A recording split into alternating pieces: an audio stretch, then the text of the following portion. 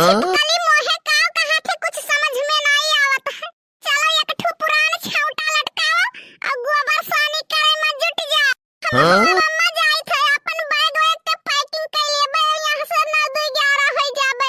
तो का कही थे ना फालतू के बातचीत ना कर तू बहुत बोले लागी है। फालतू के बातचीत ना कर तू बहुत बोले लागी। बहुत नहीं सही है तो कही तो है। काहे से कि अब तहार बहुरिया पुलिस हो गई है। का कही थे पुलिस आले कसम राम राम का की झूठ है इतना न डरवाओ हमें। अरे अम्मा झूठ उठ कुछ नहीं है। हम देख के सुन के आए अपने कानन से भौजी के हाथ मैया कागज रहा कौन उल्टा सीधा बोलत रहियो ना छिपकली दहिजरीन अब ना बोले पैबो। ऐसे ज्यादा चिदिर बिदिर करबो तो उठाई के जेल में डाल देई। भगवान अब तो हमारी जिंदगी नरक में मिले वाला है।